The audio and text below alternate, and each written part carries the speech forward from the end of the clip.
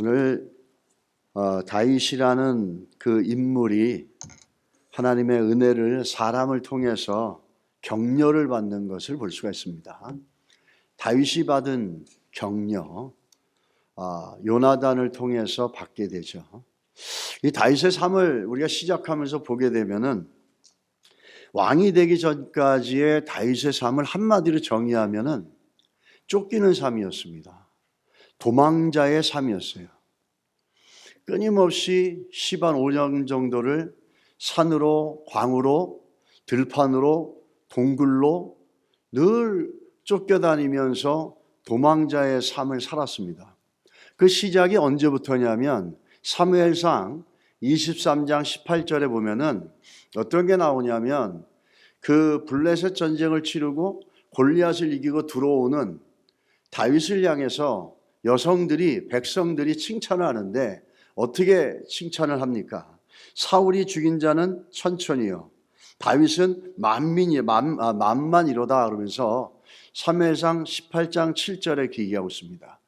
이렇게 됨으로 인해서 사울의 마음에 질투가 들어오기 시작하고 사울의 마음에 자기의 왕권이 빼앗길까 봐 두려움이 들어오기 시작하면서 그 시점에서부터 다윗은 쫓기는 도망자의 삶을 살게 됩니다.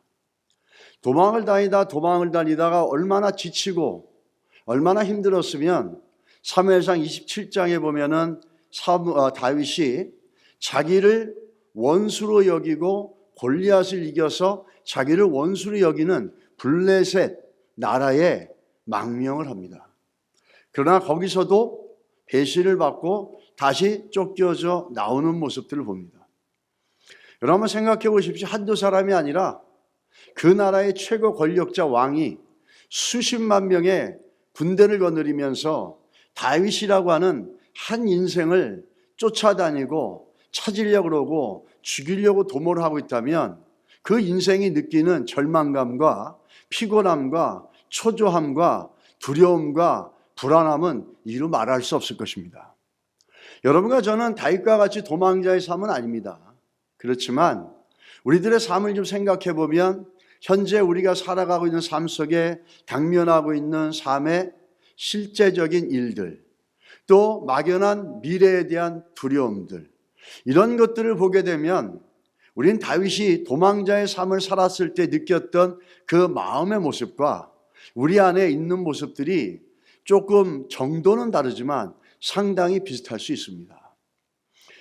우리 기독교의 영성신학자로 유명하고 지금은 주님께로 가 계시는 유진 피터슨이라는 목사님이 계셨습니다. 그분이 책을 하나 썼는데 어떤 책이냐면 다 현실에 뿌리 박은 영성이다라는 책입니다. 제가 읽었던 책 중에서 오랫동안 지금도 머릿속에 가슴속에 남겨져 있는 몇 안 되는 책입니다. 참 굉장히 아주 심취해서 읽었고 지금도 그 내용들이 머릿속에 이렇게 기억이 날 정도로 다윗의 인생을 통해 주시는 교훈들을 써내려온 책들인데 너무너무 많은 은혜를 받았습니다. 원래 제목은 Leap over a wall, 벽을 뛰어넘어라 이런 뜻입니다. 근데 거기에 부제를 보면은 어떤 부제가 있냐면 현실에 뿌리 박은 영성이라는 게 책 제목인데 거기에 부제로 첨부되어 있는 내용이 제목이 뭐냐면 Earthly Spirituality for Everyday Christian입니다. 날마다 살아가는 신앙인들의 삶의 믿음에 대해서라는 겁니다. 날마다 현실 속에서 직면하는 문제들, 여전히 해결되지 않고 반복되어질 때도 있고 여전히 그 문제 가운데 허덕이며 살아가고 있는 그런 크리스찬들에게 다윗의 삶을 통해서 보여주는 신앙의 좋은 모델입니다. 이 도망자의 삶을 살았던 다윗, 이 다윗을 보면서 이 우리들 삶 가운데서 어떻게 믿음으로 하루하루 살아가야 될지를 실제적으로 그려낸 거죠. 그 책에 보게 되면 이런 얘기를 합니다. 다윗이 그런 절박한 상황에 살아갈 때, 도망자의 삶을 살아갔을 때 하나의 특징은 뭐냐면 기적이 없었다라는 겁니다.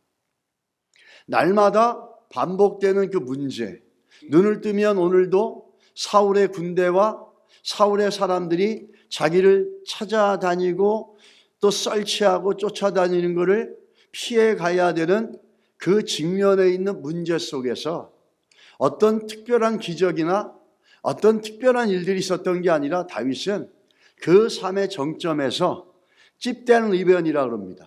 삶의 상황 속에서 날마다 하나님을 신뢰하면서 그 문제들을 갖다가 뛰어넘어갔다는 얘기예요. 다윗의 삶 가운데 그런 위기 속에 다윗의 삶에는 기적이 없었어요. 무엇입니까? 철저하게 하나님만 신뢰하면서 그 문제의 삶들을 하나하나 넘어왔다라는 겁니다. 그게 현실적이고 실제적으로 우리가 살아가야 될 삶의 중요한 모습이기도 합니다. 우리들의 인생에 기적이 일어나고 무언가가 터져서 자연스럽게 어부지리로 되는 일이 있거나 하나님의 놀라운 역사로 그냥 그것이 이루어지는 것들이 있으면 좋겠지만 정말 기도하면서 믿음으로 그 문제를 직면하고 도망갈 수도 없는 상황이지 않습니까? 그러면서 한 발짝 한 발짝 나가야 되는 게 우리들의 삶과 상당히 일맥한다는 것입니다. 이 다윗과 사울의 삶을 비교해 보자면 어떤 차이가 있냐면 사울은 광야라고 하는 다윗이 처했고 도망자의 삶을 살았던 무엇을 잘못해서가 아니라 사울이라는 사람 안에 악령이 들어가면서 그 사울이 다윗을 주목하고 그저 죽이려고 하는 맹목적인 그 마음 때문에 이 다윗은 도망을 다녀야 됐었습니다. 다윗의 삶 가운데는 이런 분명한 광야의 삶이 있었어요. 잘못한 건 없었지만 쫓겨다녀야 되고 도망 다녀야 되고 범죄자처럼 도망자의 삶을 살아야 되는 어둠의 시간들이 있었어요. 광야에 힘든 시간들이 있었어요. 이제 사울의 인생에는 그런 광야와 같은 어둡고 지치고 피곤한 인생이 없었다라는 겁니다. 그게 우리 사울과 다윗의 삶을 보면서 비교될 수 있는 중요한 차이점입니다. 그렇다면 하나님은 왜 다윗과 같이 하나님을 충성되게 내 마음에 합한 자라 그랬는데 하나님의 마음에 합한 자고 하나님을 경외하는 마음으로 넘치고 하나님을 기뻐하는 그런 사람이었습니다. 그런 다윗에게 왜 사울과 같은 괴물을 집어넣어서 그 인생을 도망자의 삶을 살게 했냐라는 거죠. 반대로 우리가 생각할 때는 사울과 같은 삶 가운데 그런 괴물을 집어넣어서 사울을 훈련시켜야 되는데 왜 다윗과 같이 충성된 사람을 그렇게 도망자의 삶으로 피곤하고 힘든 인생을 살게 하셨을까? 라고 하는 질문을 할 수가 있습니다. 그런데 어느 유명한 목사님이 그분의 책에 이런 글을 썼더라고요. 왜 다윗에게 사울을 집어넣어서 그런 힘든 시간을 보내게 했을까? 그 이유는 다윗도 우리와 똑같은 인간이었습니다. 다윗도 똑같은 사울과 같은 인간이었어요. 그래서 사울이 왕의 자리에 올라가자 그는 어떻게 했습니까? 금방 변질돼 버렸어요. 자기가 왕이 되어진 게 뭔지를 모르고 하나님 우리에게 신앙을 준 건지 뭔지를 모르고 그렇게 변질되어져서 사람들만 따라다니면서 그는 살아가는 모습들을 보여줬습니다. 하나님은 아무리 다윗이라도 그런 사울과 같이 변질되어지고 퇴색되어지는 신앙의 모습을 볼 수 있기 때문에 그 가능성을 광야와 같은 도망자의 삶을 통해서 훈련을 시킨 겁니다. 그게 주마가 편이라고 달리는 말에다 채찍질하는 것처럼 그 사울과 같은 괴물을 집어넣어서 다윗의 인생이 사울처럼 될 수 있는 가능성을 철저히 훈련시켜서 그 독소를 빼낸 거라는 거죠. 여러분, 만약에 우리 가운데 다윗과 같이 그런 도망자의 삶과 같이 그런 쫓기는 삶과 같이 힘든 과정들이 있다면 여러분, 그건 우리가 하나님이 우리를 책망하는 것이 아니라 정말 우리 안에 더 정금과 같은 모습들로 새롭게 만드시고자 원하는 하나님의 좋은 계획이 있는지를 믿으시기를 축복합니다. 그런 믿음의 은혜가 있기를 축복합니다. 마치 이런 겁니다. 영국 사람들이 좋아하는 게 있는데 영국 사람들이 신선한 청어를 굉장히 좋아한답니다. 그래서 그 청어잡이가 굉장히 성행을 했는데 북해로부터 청어를 잡아서 수송에 오는데 큰 물탱크에다가 청어를 산채로 다 넣는 됩니다. 먹이를 주면서 수송에 오는데 런던까지 오게 되면 청어는 가져왔지만 먼 여행 속에 청어들이 기진맥진해서 신선도가 확 떨어져 버린답니다. 그래서 사서 먹는 사람도 기쁘지 않고 파는 사람도 안 팔리니까 기쁘지 않고, 그런데 그 런던의 청어잡이 장사 중에 한 장사꾼만 유난히 신선하고 아주 좋은 그 양질의 청어를 팔더래요. 사람들이 궁금했던 겁니다. 그래서 물어본 겁니다. 어떻게 청어를 이 먼 거리를 가지고 오면서 싱싱하게 유지할 수 있고 그렇게 활력 있게 그 생선을 유지해 올 수 있겠습니까? 그렇게 물어보니까 이분이 오랜 그 질문 속에 마지막에 대답하는데 아주 간단한 거였습니다. 그 물통에 청어를 집어넣고 그 청어들 떼 속에다 뭘 집어넣냐면 숭어를 집어넣는 겁니다. 숭어는 청어를 잡아먹는 존재입니다. 그래서 숭어가 몇 마리 잡아먹게 됩니다. 그런데 이 청어들이 그 먼 거리 속에서 숭어로부터 안 잡혀 먹으려고 청어들이 계속해서 움직인다는 겁니다. 계속 움직이고 살기 위해서 깨어있고 그렇게 피해 다니고 숨어 다니고 막 이렇게 하다 보니까 어떻게 되냐면 그 런던에 도착할 때쯤 되면은 이 청어들이 생생해 있다는 거예요. 마치 하나님께서 다윗의 인생 가운데 숭어 같은 사울을 허락하신 이유는 이 다윗이 그런 광야 속에서 도망자의 삶을 통해서 숭어 같은 사울을 피해가면서 하나님을 전심으로 찾고 하나님을 전심으로 의지하고 환경과 사람과 자기 능력이 아니라 하나님만을 철저하게 의지하는 그런 싱싱하고 탄력 있고 생명력 있는 신앙들을 하나님 만들어내셨다는 겁니다. 그런 기간들을 통해서 하나님께서는 다윗을 통해서 수많은 찬양을 받으셨고 우리가 읽는 시편과 같이 놀라운 신앙의 위로와 힘을 주는 글들을 고백해냈던 것입니다. 우리 삶 가운데 때로는 생각지 않게 이런 숭어 같은 것들이 우리 인생에 들어온다 할지라도 여러분, 우리의 믿음의 눈은 분명히 그것을 보는 눈이 바뀌어야 될 줄 믿습니다. 우리를 망하게 하려고 하는 게 아니고 의도적으로 하나님을 고생시키려고 하신 게 아니라 하나님이 그걸 허락하셨을 때는 우리들에게 정말 생명력 있는 청어와 같은 싱싱하고 탄력 있고 그 아주 힘 있는 신앙의 고백과 믿음의 모습을 유지시키려고 하는 하나님의 큰 계획이 있는 줄 믿습니다. 그래서 오히려 우리는 그것을 생각하며 감사해 가야 될 줄 믿습니다.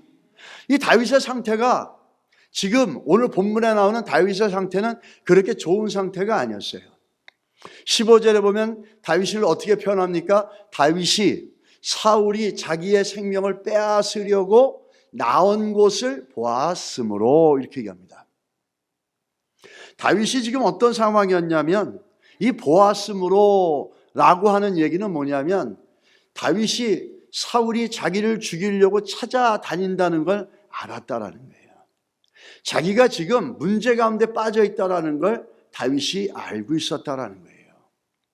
다윗은 자기가 그 인생에서 그 많은 군대를 갖고 자기를 쫓아오는 그 사울의 그 놀라운 위협과 무서운 위협과 공격 속에 자기가 빠진 걸 알면서 절망하고 있는 겁니다. 지금 낙심하고 있는 거죠. 우리가 생각하는 다윗, 정말 철저하게 시편 23편을 대표적으로 보더라도 그 사울의 공격 아래서도 시편 23편이라고 하는 그 아름다운 시를 지어내지 않습니까? 환경이 그래서가 아니라 그런 믿음의 고백을 갖고 환경은 그러지 않았죠. 도망자의 삶을 살면서도 정말 내게 부족함이 없다라고 하는 여호와는 나의 목자시다라고 하는 그런 아름다운 그 믿음의 고백들을 그려낼 수 있었습니다. 그런 다윗에게도 때로는 이렇게 절망이 다가오는 거죠. 이런 다윗에게도 하나님을 경외하고 하나님 마음에 합한 삶을 살아가는 다윗이었지만 그럼에도 불구하고 다윗도 때로는 격려가 필요했다라는 겁니다. 그래서 하나님 오늘 사울과 같이 숭어처럼 잡아먹으려고 덤벼드는 사울만 준비한 게 아니라 때로는 지치고 피곤할 때 대비해서 누구를 준비해 놓으셨습니까? 자기를 생명같이 사랑하는, 생명을 줘도 아깝지 않게 사랑해주는 친구 요나단을 준비해 놓으셨어요. 그래서 하나님이 요나단을 통해서 다윗에게 하나님의 격려를 부어주시고 하나님의 메시지를 주고 하나님의 음성을 부어주고 있다는 겁니다. 이 격려 속에서 다윗은 다시 힘을 얻어서 새롭게 일어나는 걸 봅니다. 우리도 살아가면서 우리들 삶 가운데 하나님이 요나단같이 우리를 격려해주고 우리에게 힘을 볶아줄 수 있는 그런 믿음의 성도들이 있을 줄 믿습니다. 하나님이 그들을 통해서 우리에게 격려해 주시고 새 힘을 부어주시는 그런 일들이 여러분과 제 삶 가운데 있게 되기를 간절히 소원합니다. 이 격려는 너무너무 중요한 거죠. 이 성령이 충만하면 충만할수록 격려하는 삶이 될 수밖에 없습니다. 남아프리카에 가면 미개 부족 중에 벤바족이라는 부족이 하나 있답니다. 이 부족은 특징이 뭐냐면 범죄율이 굉장히 낮습니다. 그 이유가 뭐냐면 한 사람이 범죄하고 나오면은 마을의 모든 사람들이 둘러 모여서 그 범죄한 사람에게 좋은 얘기를 해주는 거예요. 뭘 해주냐면은 이 사람이 죄 짓기 전에 과거에는 어떤 사람이었는지를 기억하게 해주고 상기시켜 준다는 겁니다. 그러면서 이 사람이 죄 짓기 전에 가지고 있었던 선행들, 또 이 사람이 했던 미덕들, 미담들, 좋은 일들, 장점들 하나하나 열거하면서 포인트가 뭐냐면 너는 원래 착한 사람이었어. 너는 원래 좋은 사람이었어. 작년에 비가 왔을 때 우리 집에 돼지가 떠내려갈 때 네가 그 돼지를 건져주지 않았느냐. 작년에 우리 집에 손이 모자라가지고 일할 사람이 없을 때 네가 와서 도와줘서 우리가 농사를 잘할 수 있지 않았느냐. 이렇게 과거의 크고 작은 미담과 선행을 이야기해 주면서 원래 너는 좋은 사람이었다라는 것을 기억시켜 주면서 죄 짓기 전을 갖다가 격려시켜서 상기시켜 줍니다. 그러면 한 바퀴가 돌기도 전에 이 죄를 졌던 사람은 마음에 큰 유심을 얻고 울기 시작하고 모든 동네 사람들이 격려해주고 함께 울어주면서 그 죄로부터 그 자유하게 되어지는 일들을 이 부족들이 하고 있다는 겁니다. 오늘 우리에게도 마찬가지입니다. 우리에게도 살면서 요나단 같은 하나님의 귀한 성도들을 통해서 하나님 믿음의 위로와 믿음의 격려들을 많이 받아갈 수 있는 우리가 되고 교회가 되어질 수 있게 되기를 주의 이름으로 축복합니다. 오늘 그 요나단이 다윗에게 줬던 교훈은 3개입니다. 이 3개의 교훈 속에서 이 다윗이 요나단에게 받은 격려는 사람에게 받은 게 아니라 결국은 뭐냐면 하나님의 격려였다라는 거예요. 하나님의 위로였다라는 거죠. 이 첫 번째가 뭐냐면 이 요나단이 다윗에게 이렇게 얘기합니다. 하나님을 힘있게 의지하라.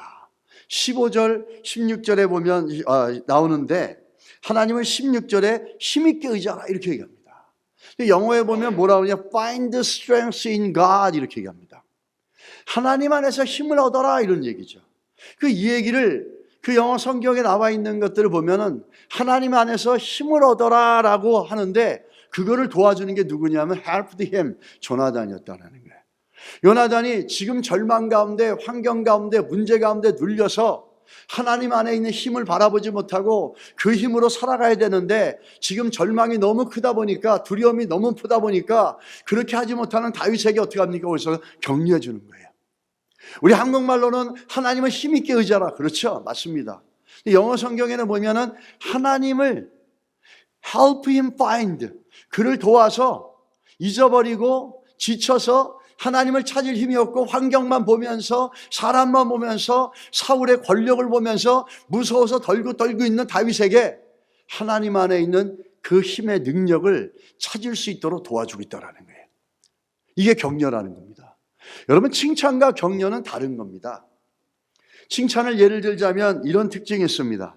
이솝 우화에 보면 까마귀와 여우라는 게 있어요.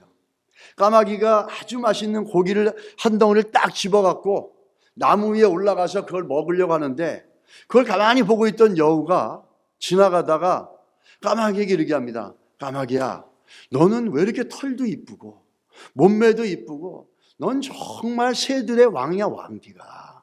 거기다 너 목소리는 얼마나 이쁘니?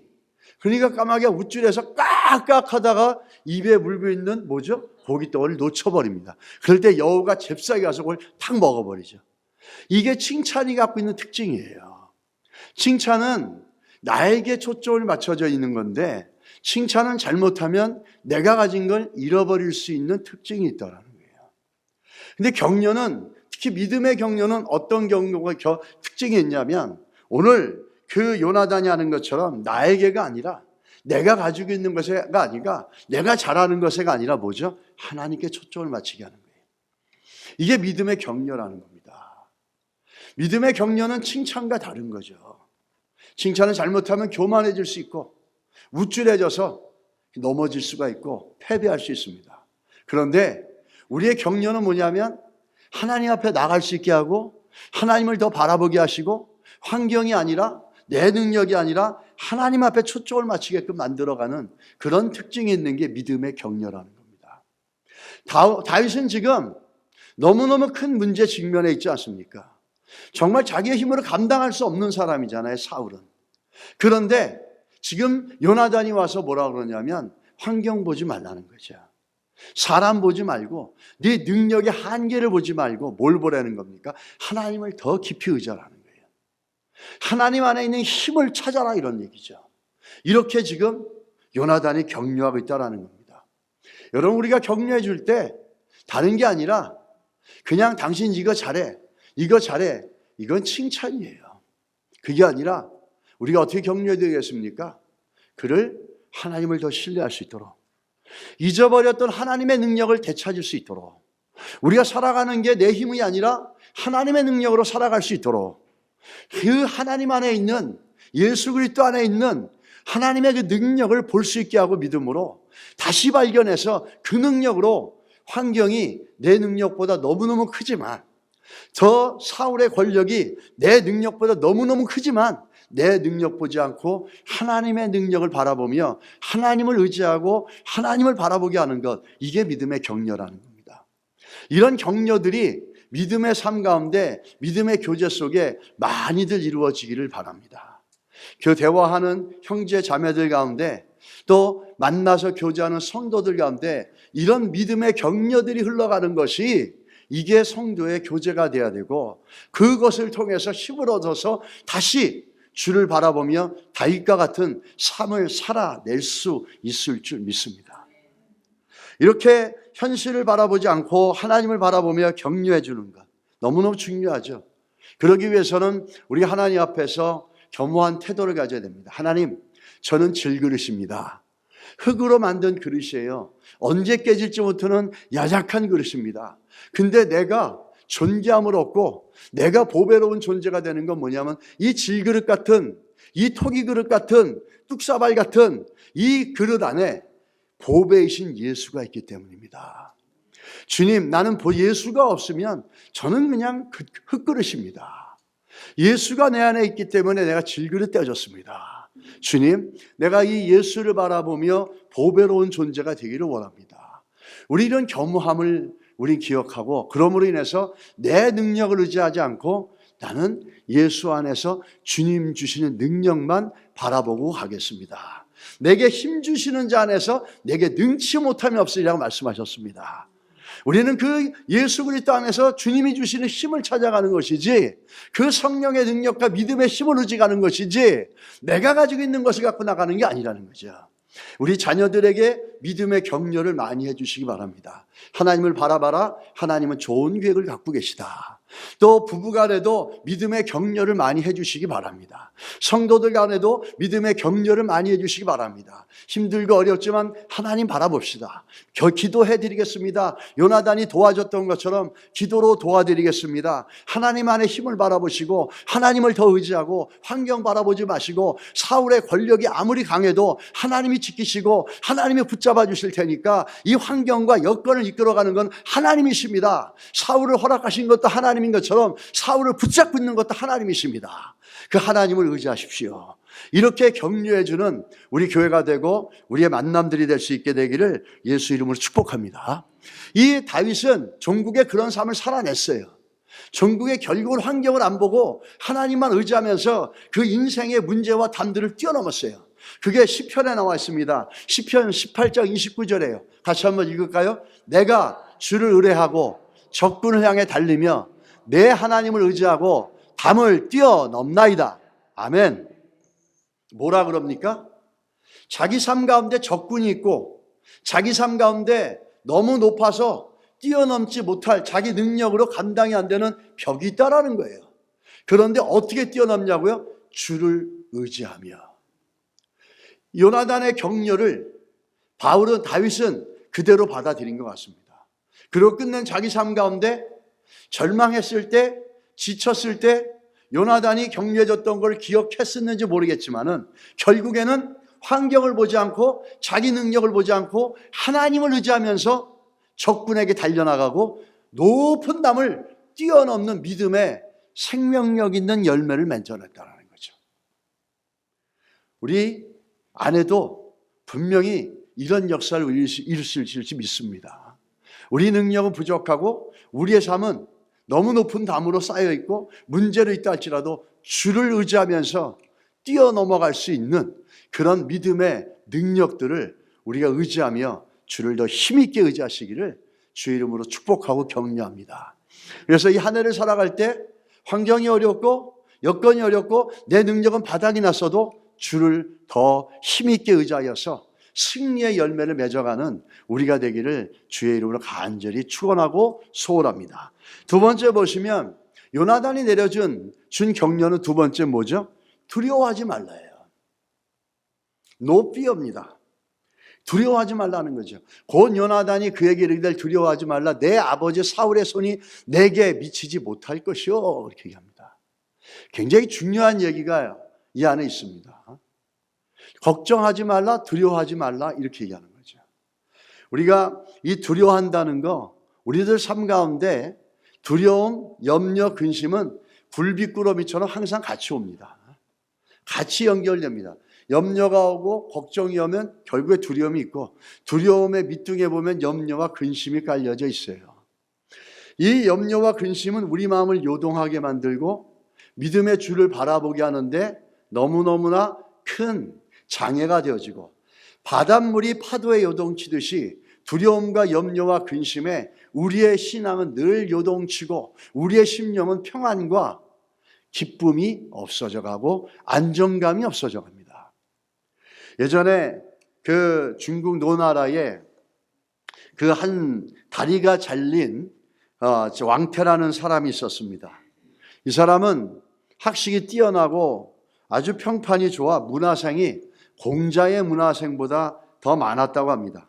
그 모습을 보고 공자의 제자 상계가 공자에게 물어봅니다. 선생님, 저 황태라는 사람은 다리도 하나밖에 없는 불구자인데 겉모습은 참 비천해 보이는데 왜 많은 사람들이 그분을 사모하고 존중하고 따라옵니까? 그러니까 공자가 얘기합니다. 그것은 무엇에도 움직이지 않는 그분의 마음의 고요함 때문이다. 이렇게 얘기합니다. 그러면서 그 대화에서 나온 사자성어가 명경지수입니다. 이 명경지수는 밝은 거울과 같이 흔들림 없이 아주 정적인 흔들림 없이 고요와 물을 얘기한다는 거죠. 그러나 만약에 우리 가운데 두려움이 들어오고 염려가 들어오게 되면 우리의 심령은 요동치게 되어집니다. 우리의 마음이 잔잔하고 평안하다는 것은 뭐냐면 예수 그리스도 안에 우리 안에 중심이 그리스도로 초점이 맞춰져 있다는 거예요. 하나님 앞에 초점이 맞춰져 있고 말씀에 초점이 맞춰져 있는 인생들은 아무리 환경이 자기의 인생이 다리가 하나 잘려진 불구자 인생이라도 그것에 비토기하거나 그것에 열등감에 빠지지 않고 그 잔잔함과 마음의 고요함을 유지해 갈 수 있습니다. 우리가 요동치고 염려와 근심이 온다라는 것은 무엇입니까? 우리의 믿음의 초점이, 영적인 집중력이 지금 흔들리고 있다라는 거예요. 뭐 때문에? 문제 때문에, 내 약점 때문에, 내 약함 때문에, 내 환경 때문에, 내 능력의 한계 때문에 나는 지금 흔들리고 있다는 거예요. 그럴 때 우리는 영적인 시선을 다시 회복해서 주님 앞에 고정시켜야 될 줄 믿습니다. 이 두려움이라는 것은 여러분과 제가 살아가면서 예수 그리스도 안에서 너무너무 우리가 경각심을 가져야 될, 많이 경각심을 가져도 부족함이 없는 게 이 두려움이에요. 이 두려움은 마치 두려움의 냄새를 맡는 개처럼 우리들에게 두려움이 있을 때 사단은 들어옵니다. 이 개라고 하는 존재로 심리학자들의 견해를 보면 이 개들이 어떤 사람에게는 유난히 짖고 어떤 사람에게는 짖지 않는 사람들이 있다고 합니다. 그 이유가 뭐냐면 개들은 무엇인가 안정되지 못한 마음이 있는 사람이 두려운 마음을 품고 개 앞을 지나가게 되면 짖기 시작한답니다. 그래서 도망가고 달려나가면 물린다는 거죠. 그런데 두려움이 없고 당당한 사람들은 이들이 오히려 주변만 빙빙 돌고 물지를 못한다는 겁니다. 그 이유가 개는 그 어떤 두려움을 가지고 있는 사람들에게서 나오는 어떤 파장을 인지한다는 거예요.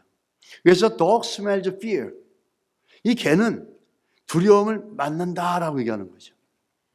그래서 두렵다라고 하는 두려움을 느껴지게 되면은 개는 가서 공격을 하고 도망을 가면 그냥 뒷발을 물어버리게 되는 거죠. 마치 그 사단도 마찬가지입니다. 사단도 우리들 안에 있는 두려움을 너무너무 잘 알아요. 그래서 이 두려움이 오면 벌벌 떨 게 아니라 우리 믿는 사람은 어떻게 됩니까? 두려움을 대적해야 됩니다. 할렐루야. 여러분 믿으십니까? 이게 우리가 인생을 승리하고 그리스도 안에서 믿음에 승리하는 능력이에요. 세상의 사람들은 두려움에 끌려가고 두려움에 붙잡히고 두려움이 꽈리를 틀어서 집을 틀어서 우리 인생 가운데 완전히 터전을 잡고 앉아버립니다.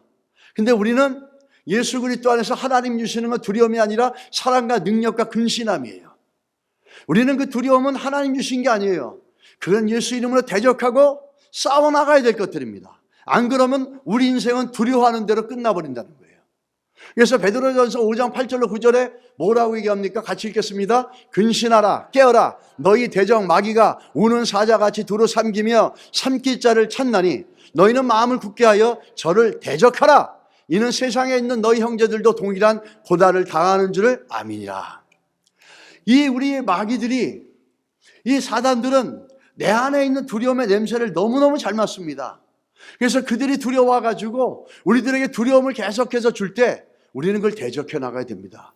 왜 그럴까요? 왜 그걸 대적해 나갈까요? 왜 그 두려움을 빨리 캐치하고 빨리 분별하고 그걸 왜 대적해서 싸워서 쫓아내야 되겠습니까? 굉장히 중요하죠. 두려움에는 결과가 있습니다. 쉽게 말하면 뭐죠? 두려워하는 대로 된다는 거예요. 욥기서 3장 25절에 욥이 뭐라고 그러죠? 같이 읽겠습니다. 내가 두려워하는 그것이 내게 임하고 내가 무서워하는 그것이 내 마음에 미쳤구나. 무슨 얘기죠? 이 욥의 인생 가운데 어떤 일이 있었습니까? 재산을 잃어버리고 건강을 잃어버리고 자적을 잃어버리며 사단이 들어와서 다 가져갔잖아요. 근데 그걸 보고 욥이 뭐라고 하는지 아세요? 저게 That's what I have feared. 내가 두려워했던 것 같이. 근데 끝내 이루어졌구나 이런 거죠.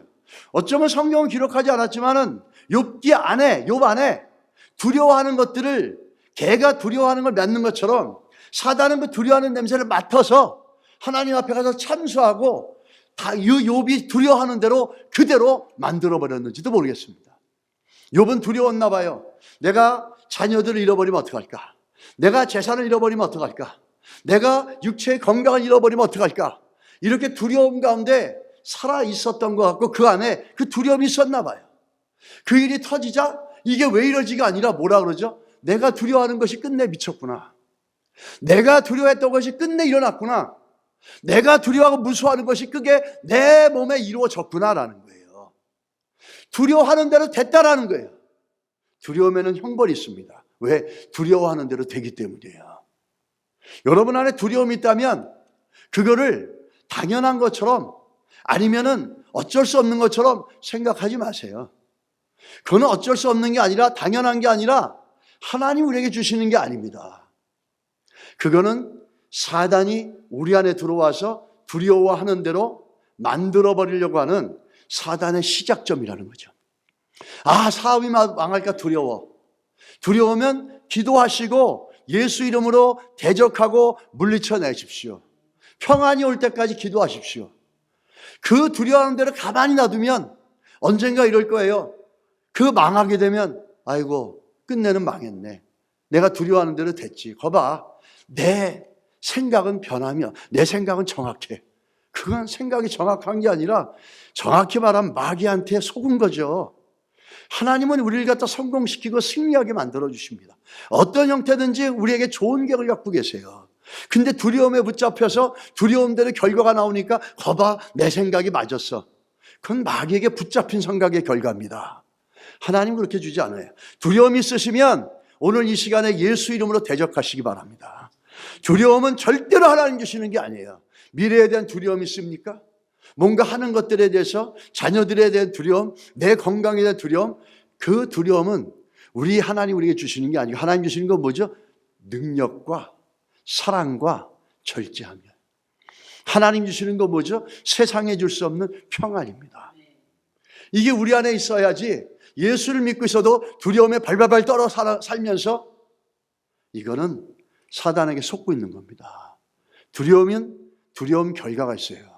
속지 마시고 예수 이름으로 대적하시고 예수 이름으로 끊어내셔서 그 마음에 두려움이 아니라 평강과 승리에 대한 소망이 있으시기를 주 이름으로 축복합니다. 우리 교회 안에 그런 역사들이 많이 있기를 간절히 소원합니다. 그러면 하나님께서 그 날마다 믿음에서 이겨나가는 사람들을 통해서 더 큰 승리를 주실 줄 믿습니다. 내 안에 있는 두려움 하나도 못 이겨나가면서 무슨 하나님 나라를 이루고 열방을 이루겠다 그러는 겁니까? 이 두려움 절대로 우리 안에 가지고 있어야 될 게 아니에요. 예수 이름으로 떠나갈지어다. 예수 이름으로 떠나갈지어다. 하나님의 평강이 넘치시기를 주님의 이름으로 축복합니다. 우리가 또 보게 되면은 왜 오늘 그 두려워하는데 어떻게 되십니까? 두려워하지 말아야 될 이유가 뭐냐면 사울 문제죠. 그 문제를 누가 붙잡고 계십니까? 하나님 붙잡고 계시는 거예요. 환경 누가 붙잡고 계십니까? 하나님이 붙잡고 계시는 거예요. 문제의 성패 누가 붙잡고 계십니까? 하나님이 붙잡고 계시는 거예요. 14절에 이렇게 나오잖아요. 같이 읽겠습니다. 사울이 매일 찾되 하나님이 그를 그의 손에 넘기지 아니하시니라. 사울이 아무리 잡아 죽이려고 노력을 해도 안 잡히는 거예요. 왜? 하나님이 붙잡고 있기 때문에. 아무리 사단이 망하게 만들려고 쓰러뜨리게 하려고 아무리 그래도 우리 하나님이 붙잡고 있기 때문에 망하지 않는다는 거예요. 그래서 두려워하지 말라는 겁니다. 하나님 붙잡고 계신 줄 믿습니다. 문제도 하나님 붙잡고 계시는 거예요. 요즘은 뭐죠? 포인트는 뭐죠? 하나님만 바라봐야 된다는 거예요. 환경 바라보는 게 아니라는 거죠. 사람 바라보는 게 아니라는 거죠. 내가 가지고 있는 알량한 지식, 능력 바라보는 게 아니라 하나님만 바라보는 거예요. 모든 걸 컨트롤하시고 다스리는 거 누가 하십니까? 하나님이 하시기 때문에. 여러분 믿으십니까? 이 다윗이 사울에게 안 잡힌 이유는 다윗이 똑똑하고 아주 숨는 것에 귀재고 도망을 너무너무 잘해가지고 그래서 안 잡힌 겁니까? 아니에요. 하나님 붙잡고 있어서 하나님이 사울을 못 찾게 만들기 때문에 하나님이 다윗을 못 찾게끔 숨어 놓으셨기 때문에 하나님이 못 찾게 하셨기 때문에 손에 넘기지 않으셨기 때문에 하나님이 넘기셨으면 아무리 꼭꼭 숨어 있어도 다윗은 잡힙니다. 근데 아무리 노천을 다녀도 길거리 대노를 다녀도 하나님의 손이 넘기지 않고 붙잡고 있으면 그들은 다 맹인이 되셔서 보지 못할 줄 믿습니다. 이러니까 두려워하지 말라는 거예요. 하나님 붙잡고 계시는데 왜 두려워하는 거예요? 그래서 두려움은 사단이 속이는 거예요. 자꾸 속는데 하나님 붙잡아 주시는데 우린 자꾸 속아. 결국에 그 속음의 결과가 두려움의 결과가 되는 거죠. 여러분, 하나님 붙잡고 계십니다. 그래서 두려워하지 않아야 될 줄 믿습니다. 그런데 결과적으로 어떻게 합니까? 정말 요나단이 두려워하지 말라. 내 아버지가 아무리 권력을 가져서 너를 해하지 못할 거야.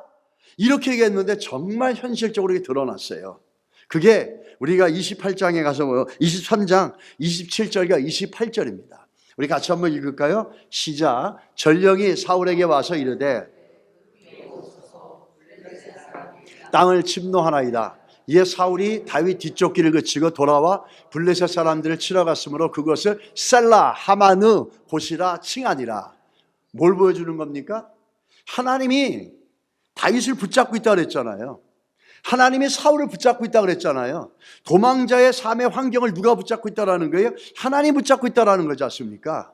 그러므로 어떻게 하죠? 갑자기 사울이 지금 다윗을 잡으려고 혈안이 돼 있는데 갑자기 환경이 바뀌어버려요. 블레셋이 쳐들어오는 거예요. 누가 하시는 겁니까? 하나님이 하시는 거예요.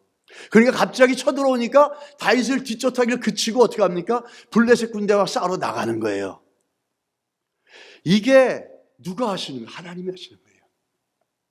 이 모든 환경에서 붙잡고 계시고 다윗이 잡히려고 하니까 피할 길을 열어주시고 그 피할 길이 뭐죠? 블레셋에 쳐들어와서 사울이 더 이상 다윗을 쫓아갈 수 없게 만드는 거죠. 이런 모든 환경과 상황을 통제하시고 다스리는 건 하나님이세요. 우리가 두려워하지 않을 것은 이 모든 걸 다스리 하나님을 믿기 때문이에요. 그래서 그분께 초점을 맞추고 오늘도 하나님 피할 길을 열어주시고 그 사울이 날 쫓아오면은 사울이 쫓아오다가 그칠 수 있도록 블레셋을 허락해 주시는 것 하나님이 하시는 거라는 거예요. 우리는 이런 하나님의 역사를 보면 소망이 생기지 않습니까? 얼마나 익사이팅해집니까? 내 가지고 있는 몇 푼, 제가 늘 쓰는 말인데 은행에 그 밸런스 몇 푼 남은 거에 절망하고 몇 푼 더 쌓이는 거에 좋아서 헉헉거리는 그런 인생이 되면은 물론 계속 많이 쌓이면 좋겠죠. 근데 그것만 바라보고 가면은 맨날 업앤다운입니다. 그러나 그 모든 걸 공급해 주시는 하나님을 바라보면 스테이블해질 줄 믿습니다. 믿으십니까? 아멘. 하나님이 하십니다. 이건 제 삶을 통해서 말씀드리는 거예요. 제 삶을 통해서 미국에서 30년을 살면서 하나님이 주시는, 내가 일한 거는 10시간이지만 하나님이 공급하는 것은 30시간의 분량을 주시는 거예요. 이런 하나님의 공급하신과 역사, 이 채워주시는 역사, 이런 놀라운 은혜들을 우리가 바라보며 하나님 앞에 고정해 박아치면 내 능력은 돈 10원 한 푼 불 능력도 안 되는데 하나님은 1000불, 2000불씩 공급해 주는 거예요. 이런 하나님 경험하시기를 예수 이름으로 축원합니다. 그 하나님께 초점을 맞추셔야 된다는 거죠. 지금도 보세요. 환경을 주관하고 계시잖아요. 잡으려고 그러니까 블레셋이 딱 쳐들어와서 도망가게 되는 거죠. 이 다윗은 더 이상 도망가지 않아도 되잖아요. 오히려 빨리 가서 블레셋을 막아야 되니까 지금 곤경에 처한 건 누굽니까? 사울이라는 거예요. 그러면서 그것을 뭐라고 부르니까 다윗이 셀라 하마느. 이게 무슨 뜻이냐면 바위란 뜻이에요. 바위. 근데 이 바위란 뜻인데 무슨 뜻이냐면 분리하시는 하나님, 이런 뜻이에요. 사울의 공격으로부터 다윗을 분리시키신 하나님, 문제로부터 분리시키신 하나님, 사울의 공격으로부터 칼날로부터 분리시키신 하나님, 그 하나님이라고 지금 고백하고 있다는 거예요. 이 고백은 우리의 고백이 되어야 될 줄 믿습니다. 이 다윗의 고백은 우리들에게도 삶 속에서 분리시켜 주시는, 문제와 분리시키시고 그 모든 공격으로부터 분리시켜 주시는 셀라 하마느, 분리시키시는 하나님, 이 고백을, 이 경험을 우리 삶 가운데, 우리 삶 속에서 경험해 가시고 또 만나 가시는 은혜가 있기를 주의로 축복합니다. 그래서 분리시켜 버린다는 거죠. 나누어 버리는 거죠. 아무리 불과 같이, 아무리 물과 같이, 홍수같이, 또 불길같이 찾아온다 할지라도 셀라 하마느, 하나님이 분리시키시면 그 불이, 그 물이 우리 몸에 한 톨도, 머리털 하나도 건들 수 없다는 거예요.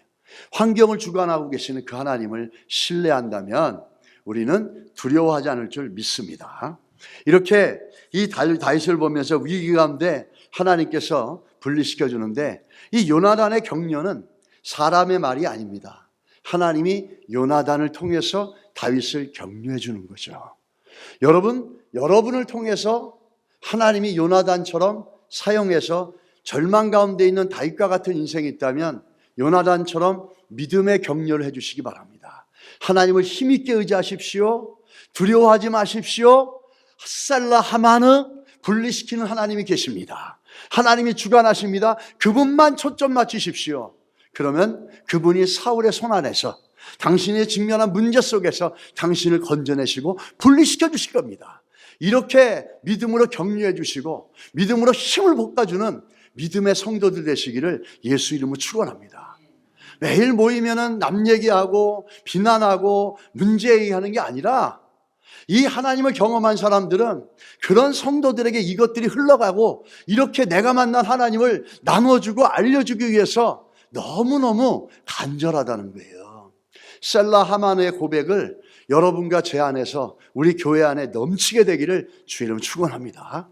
분리시켜 주실 줄 믿습니다. 그런 성도들이 되야 될 줄 믿습니다. 그러면서 이제는 요나단이 다윗에게 마지막으로 세 번째 충고하는 게 뭐냐면 너는 이스라엘의 왕이 되겠다 이렇게 얘기합니다. 뭐죠? 소망을 주는 거예요. 구체적인 소망을 줘요. 그러면서 너는 이스라엘 왕이 되고 나는 내 다음이 될 것이다. 참 저는 이 부분을 보면서 요나단이라는 사람을 너무너무 존경하지 않을 수가 없습니다. 사실은 가만히 인간적으로 생각하면 그 아들이 누구죠? 사울 왕의 아들이 누구죠? 자기예요. 다윗이 죽으면은 아버지 다음에 자연히 자기가 왕이 되는 거예요. 근데 그런 인간적인 관계와 인간적인 생각은 안 하고 뭘만을 생각합니까? 하나님이 다윗을 가지고 향한 계획과 뜻만을 생각해서 나는 네 다음에 돼도 좋다. 나는 왕이 안 돼도 좋다. 네가 하나님이 원하시는 왕이고 내 아버지도 알고 있다. 그래서 너를 두려워하는 것이다. 너는 하나님이 세우실 왕이 될 거야. 왜 절망하고 있냐? 하나님이 너를 향해서 미래에 이런 좋은 계획을 갖고 있고 하나님의 뜻이 이런 선한 뜻이 있는데 하나님을 향해 소망을 가져라. 하나님이 너를 갖다 왕으로 세울 거야. 나는 왕이 안 돼도 괜찮아. 난 네 다음에 돼도 괜찮아. 중요한 건 내 아버지가 사울이라는 게 중요한 게 아니라 내가 사울의 아들이라는 게 중요한 게 아니라 하나님의 뜻이 중요한 거야. 그 뜻이 너야. 이렇게 구체적으로 소망을 이 요나단은 다윗에게 주고 있다라는 겁니다. 이 하나님의 격려는 이런 소망이 있어요. 믿음에는 항상 소망의 결과가 있어요.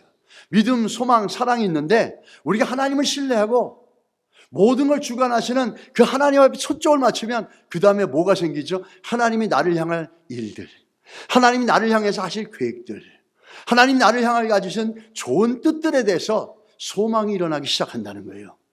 요나단은 그렇게 그를 위로해 줬다는 겁니다. 여러분, 우리가 믿음이 충만하다는 것, 성령이 충만함에 나오는 게 뭐냐면 소망입니다. 로마서 15장 13절입니다. 같이 읽겠습니다. 소망이 하나님이 모든 기쁨과 평강을 믿음 안에서 너희에게 충만케 하사 성령의 능력으로 소망이 넘치게 하시기를 원하노라. 할렐루야. 하나님으로 충만한 자들, 환경을 지배하시고 모든 걸 다스려 가시는 그 셀라 하만의 하나님을 바라보는 사람들에게는 뭐가 있습니까? 소망이 있다라는 겁니다. 그 소망이 믿음 안에서 충만하게 하셔서 기뻐질 수밖에 없다라는 거죠. 평안이 넘칠 수밖에 없다라는 거죠.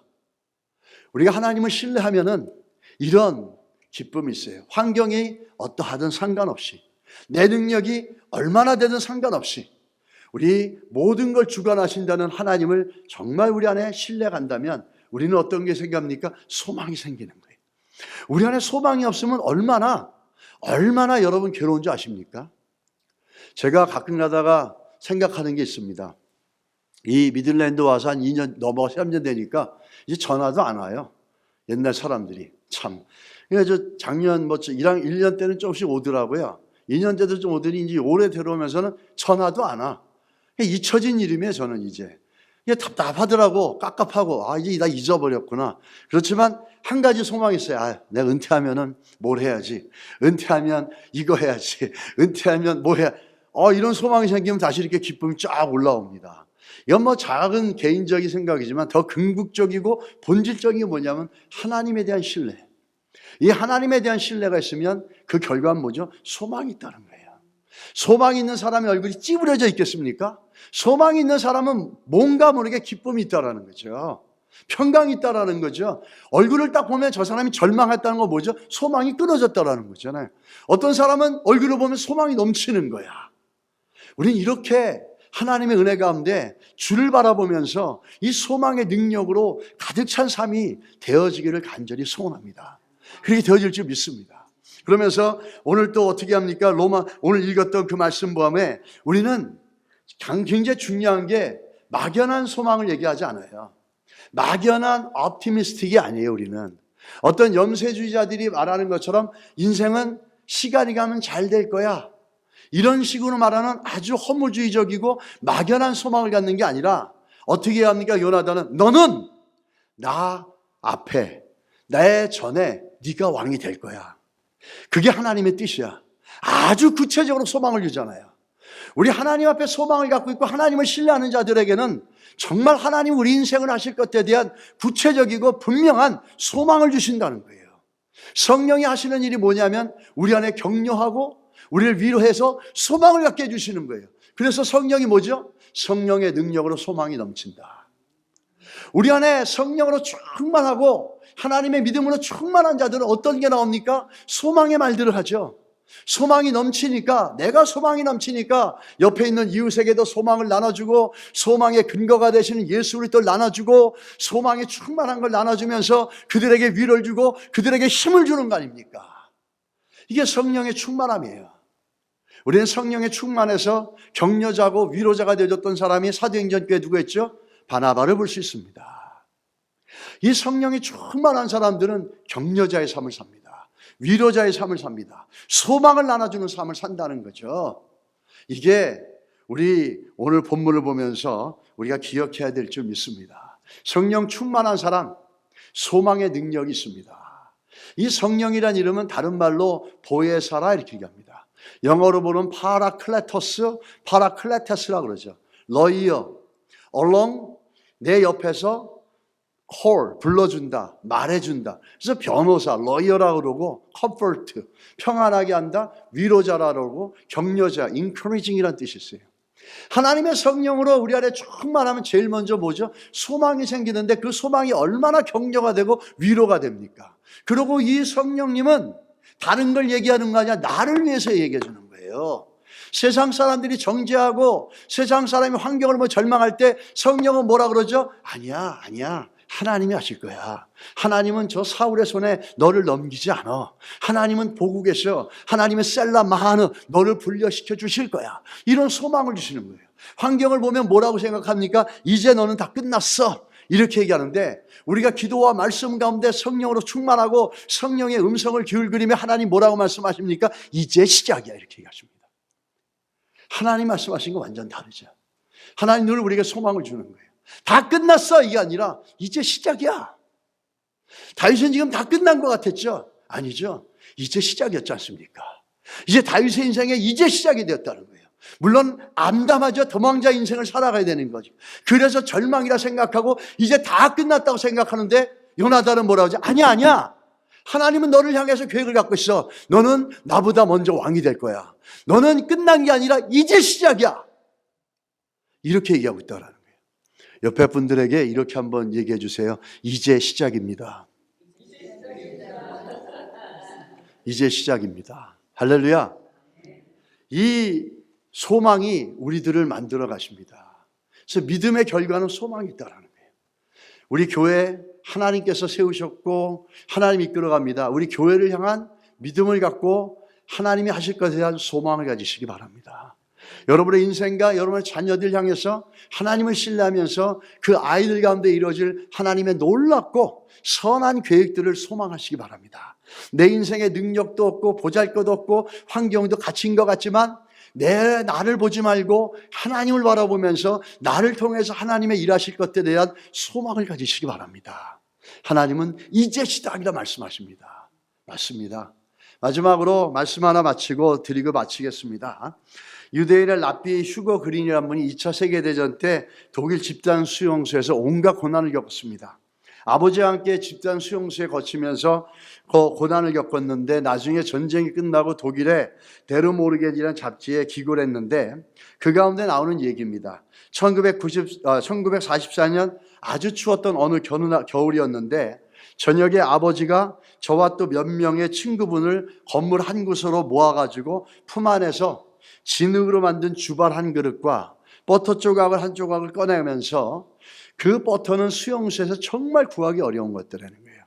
그러면서 거기다 심지를 묻혀가지고 불을 붙이더라는 겁니다. 그러니까 아들이 불평을 한 거예요. 아버지, 이렇게 귀한 뻐로를 먹지 않고 왜 여기다 불을 붙이십니까? 이렇게 얘기하자 아버지가 아들에게 이렇게 얘기합니다. 그 사람이 밥을 먹지 않고는 3주간도 살 수 있지 않았느냐, 우리가 경험했을 때. 지난번에 물이 없을 때 사흘 동안 물이 없어도 고통스럽지만 사흘을 견뎌내지 않았느냐. 또 이렇게 얘기하면서 이렇게 얘기합니다. 그런데 너도 알다시피 사람에게는 희망이 없으면 단 하루도 살기가 어려워. 우리는 이 버터에 불을 붙인 것은 이 절망적인 수용소에 있더라도 이 질그릇 같은 우리 인생 가운데, 질그릇 같은 환경 가운데 하나님이 함께 하시다라는 소망을 확인하고 잊어버리지 않기 위한 거야 라는 거죠. 하나님 환경을 다스립니다. 말씀을 듣는 자는 살아납니다. 기도하는 자는 이깁니다. 살아나셔서 이기시는 여러분 되시기 바랍니다.